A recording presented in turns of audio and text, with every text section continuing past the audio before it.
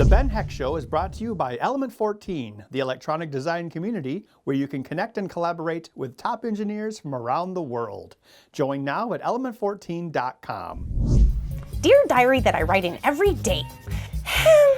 My coworkers just don't seem interested in what I have to say, even when I bring up the most interesting subjects. Hey Ben, have you heard about the latest hip hobby? It's called copying books by hand. And what you do is you take a book and you meticulously measure each letter and then you replicate it on a blank piece of paper. I do this for every page.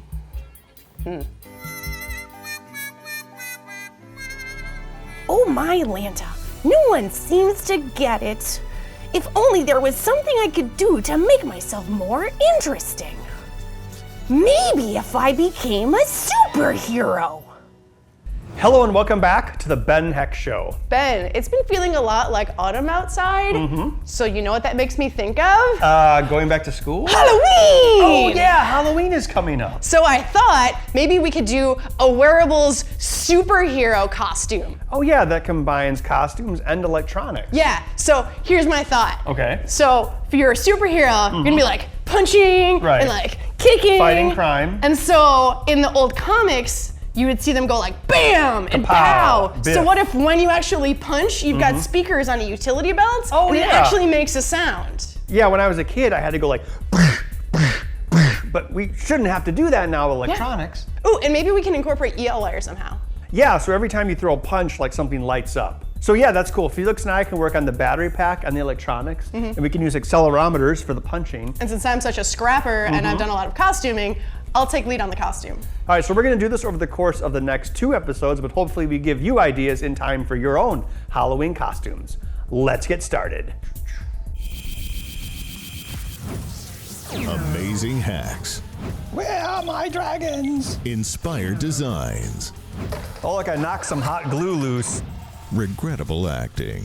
I wanna live in a world with Star Wars again! Each week, Element 14's The Ben Heck Show brings you innovative projects using electronics, engineering, and more.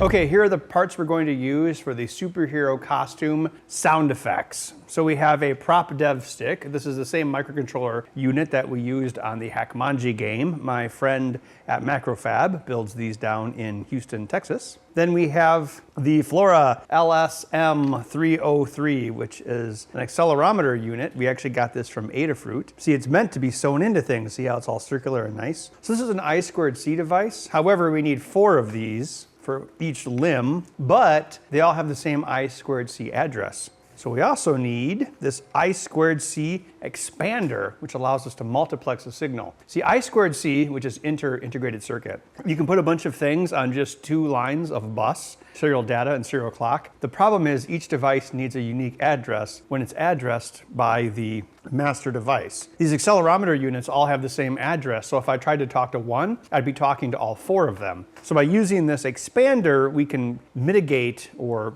drive whichever one that we want. We're like, oh, okay, I want to talk to the first one or the second one or the third one. So this chip will allow us to communicate with an individual sensor even though they have the same I2C bus address.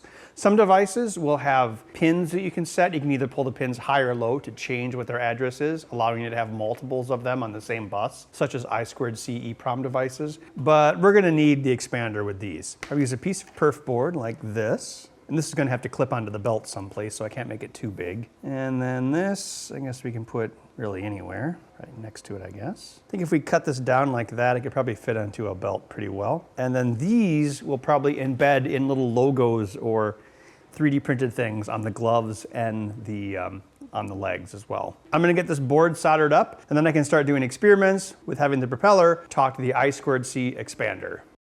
I'm going to attach the I2C expander to the Parallax Propeller dev stick. I'm doing this using 2-sided perf board, so I have to make sure I have enough heat to make sure everything flows through the vias. So I'm flooding it nicely so the solder wicks through. I then use little bits of wire to create the ground planes and add more solder to all of the holes, giving it plenty of time to heat up. It's always good to add more heat to solder to make sure it flows correctly.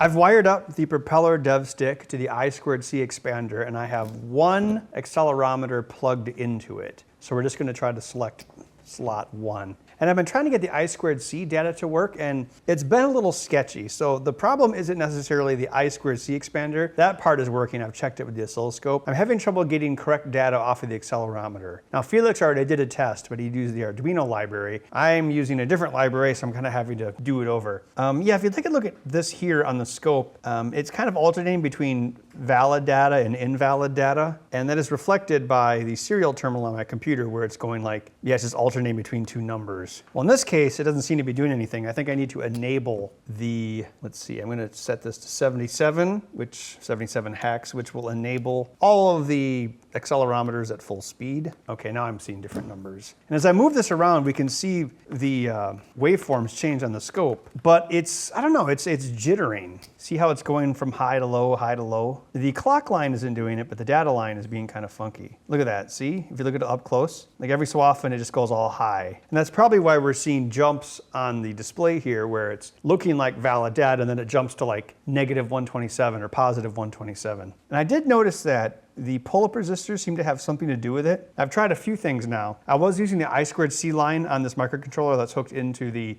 EEPROM. I changed it to some other pins that were just completely open. And then I'm using the pull-up resistors that are built into the I2C expander. And there's pull-up resistors on each one of these as well, but that's on a separate circuit, so that doesn't matter. So I'm going to try either disconnecting the pull-up resistors or changing the value of them and see if I can get this consistent. Because by looking at it on the scope, yeah, look at that. See, it looks normal, then boom, all high, boom, all high, boom, all high.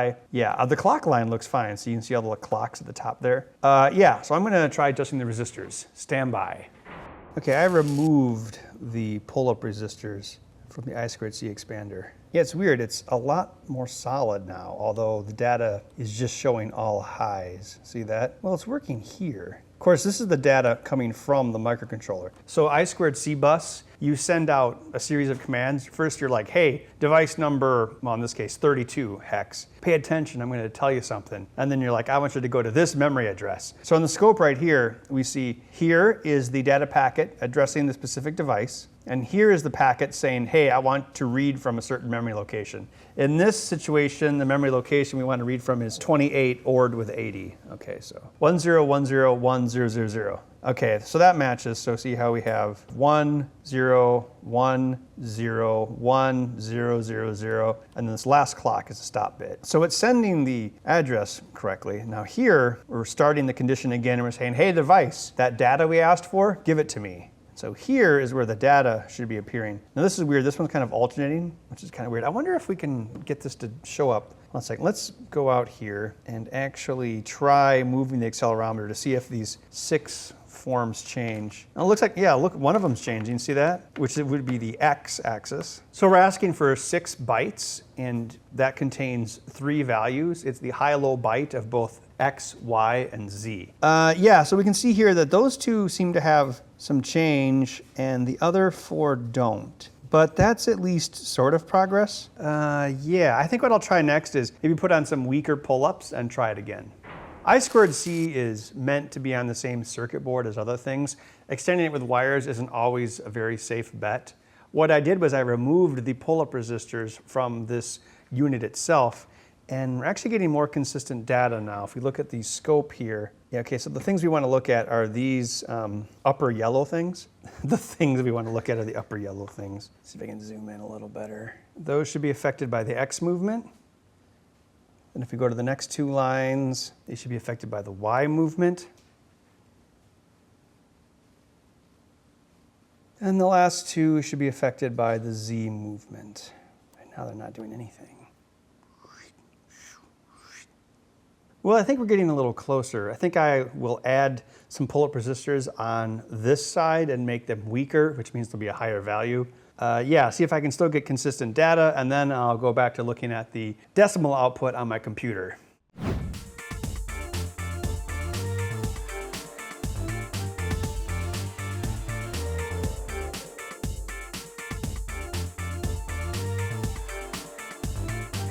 Karen and I have been working on ideas for the speakers for the superhero costume. So you found these speakers in probably a rubbish bin or dig and save? I think I had some kids take a stereo apart and I just hung on to them because they were still pretty decent and a good size. Yeah, well, I'm glad you did. So I 3D printed some parts for these. Woohoo! So here's a front frame. Speakers will attach like that with some screws. Okay. And then that will go into this shell, right? And the 3D print had a little bit of issue, but I think we'll be okay. What's on the back? Yeah. So then I made this belt clip. Well, Karen and I worked on the idea for it. So the belt clip will bolt into the back of the speaker box with screws. We'll probably glue it as well.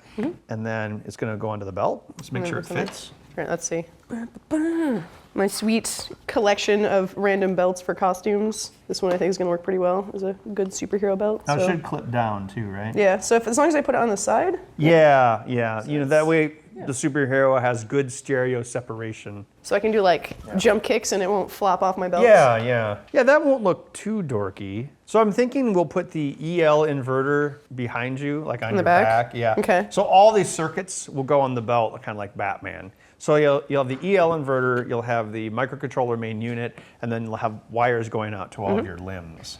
And we got to 3D print a sweet logo for my superhero and put that on the belt too. Oh yeah, maybe we could hide circuitry inside of it as well. Ooh, yeah. And didn't you say someone on the community made us a logo already? Yeah, some people have been submitting ideas, and I saw one that I really like so far. So we'll wait and see if there are any others, but I've got one at least that I'm pleased with.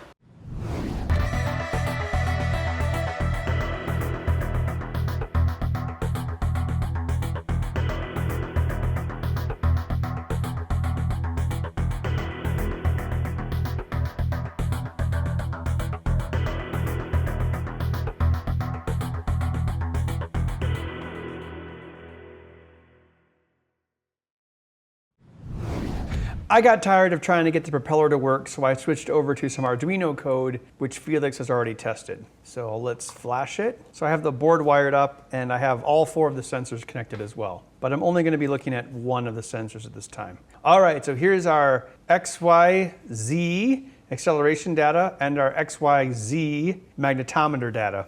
All right, so I should be able to get, yeah, there's definitely some readings coming out here. Now, as far as the magnetometer is concerned, I mean, you can detect magnets with it. I mean, this should give us quite the number. Yep, see.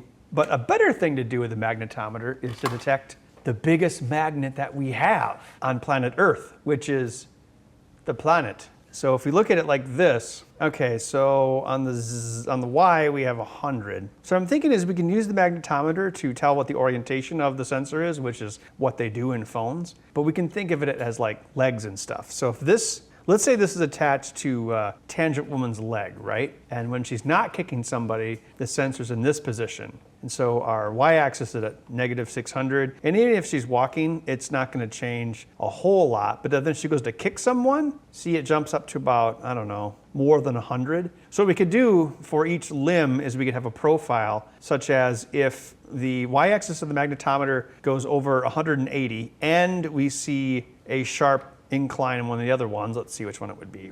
Probably if we see a sharp incline in the z-axis as well as the y-axis, that would be a kick forward. Those 3 things equal a kick. And that would be for the legs, but with the arms, we might be able to make it a little bit more complicated. Like that's a punch, that's a punch. But if we see other sharp movements, we could do like a like ninja stuff. So I think I'll just try to get a profile for a kick first, and then I'll work on arms. I created a loop in my code. Basically, it goes from 0 to 3. It selects each one of the sensors. It gets a reading from it. It prints it out, and then it creates some tabs so we can see it. And there it is, all 4 sensors running at once. Okay, so there's sensor 0, sensor 1, sensor 2, and sensor 3. They're moving kind of slow because there's so much serial data coming through. So the problem I have now is I can't make audio with this small Arduino. I might have to interface it with a separate microcontroller that can actually do the sound effects. But at least I've got the data coming through consistently. I think what I'll do before I worry about the sound effects is try to get some profiles figured out, like how I can actually turn these numbers into analyzing motion and making it, you know, create sounds when the superhero Captain Tangent fights crime or tangents or whatever it is she fights. I'm not sure. But yeah, these at least the numbers are coming through now. So we're going to use the magnetometer and the accelerometers together to get a good profile. Although profiling the numbers will have to be pretty rudimentary because we don't have any libraries to really do that, or the speed to do it. We'll make it work though. So what we're going to be doing here is you'll be doing some motions either at rest or punching. Well, you do have really skinny wrists. Yeah. And then we'll check the difference. So I can see what the extremities look like. All right. Put your arm down at your side. Okay. Now move your arm back and forth like you're walking. Okay, put it in the forward position, like the forward position of a walk gait. Yeah, that's okay, right there. Okay, show me the rear version of your walk gait. Put the arm back, put it a little further back than that. Okay. Doesn't like ever go that far back when I'm walking. Well, Unless right. I'm acting like a child, like exaggerate it flinging a my little arms bit. around. Okay. Hold it there, stand by. So it would be more fun if you turned it into a game of Simon Says. Okay, fine. Simon says, punch. Okay, punch again. So we're seeing quite a jump here, X, Y, Z. These numbers were jumping into negative 23,000, negative 27,000, and then 12,000 there. I'm going to write those down, but we'll do some more tests to make sure that the data is consistent. Do you get different data if I do like a left hook as opposed to like a left punch? Yeah, we might. We don't have enough horsepower to really do that much analysis. Okay. So we have to look for broad strokes, like step by step or different strokes. Okay, down at your side, and punch. Okay, so yeah, we got another. Okay, It's like the worst punch. Just calm down. Don't actually hit a person like that. It's a terrible idea. You'll break your hand. Do you go around hitting people that often? Do you know this? And I guess you are not from anymore. Detroit. Not anymore. I used to do stage combat. Like it's what we did. Though mostly I didn't hit them. The whole point was to not hit them. But I acted like I was hitting them. I made it look like I was hitting them. Okay, so what I'm going to do next is I'm going to change the code a little bit. Okay. Using these numbers, I'm going to try to detect when you're actually punching. Instead of the screen just giving me numbers, hopefully it will actually say like punch. You know what I mean? Oh yeah. All right, I tweaked some of the code and I put the proper sensors on Karen, so we're going to do some more punch tests. So give me some right and left punches, Karen. Right. Uh-huh. Left. That's all left. It's early. Left. Uh-huh. Right. Right. Just do lefts. Okay. Left. Again. Left. Mm-hmm. Left. Good. Left. Yep. Left. Good. Left. Okay, all right, you can stop. Give me some rights. 1, 2, 3, 4, 5, 6. All right, we'll stop and copy. Stop, drop, and roll. We did some tests with Karen and myself doing left and right punches, and all this punching caused me to have a dream last night that I was Rocky. So yeah, I need to calm down on the punching. We're going to do the leg kicks next. So I think we'll have the sensor mounted down on the legs and probably on the side of the leg. So I'm going to figure out what sort of acceleration we'll see for a kick, and then we'll do some tests for that too. Karen in the background is working on attaching the sensors to the bracers and boots. Do some kicks. Okay. Good. Not good. Good. Good. Good. Give me one more, please. Give me some Christopher Walken.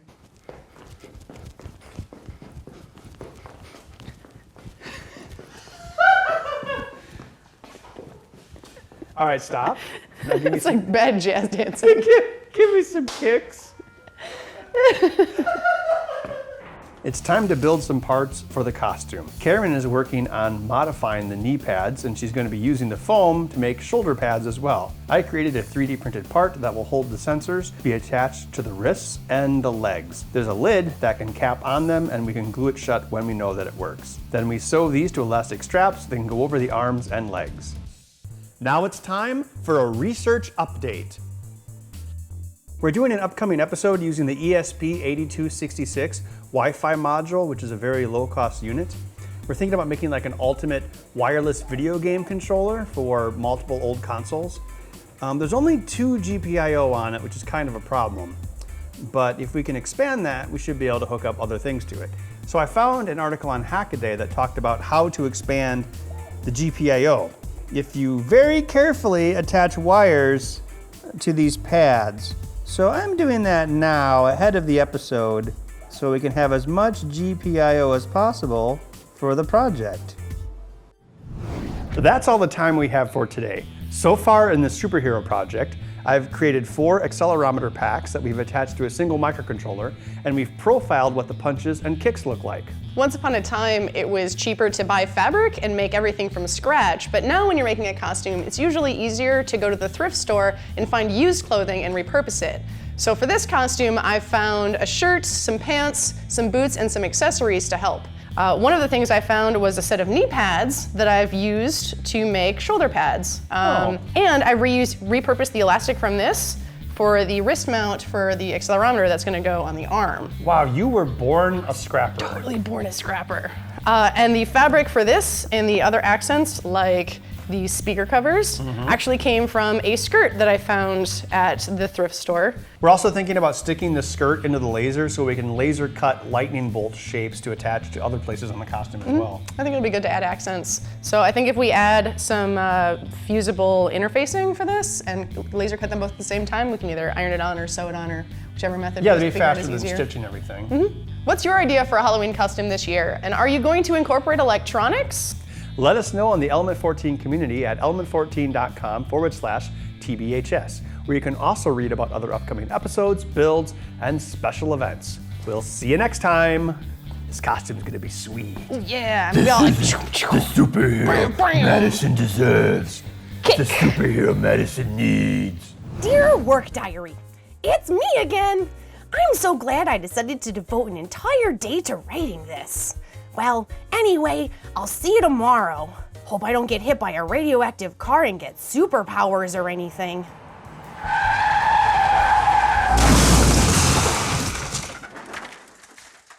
Excuse me, have you seen my Queen's dragons?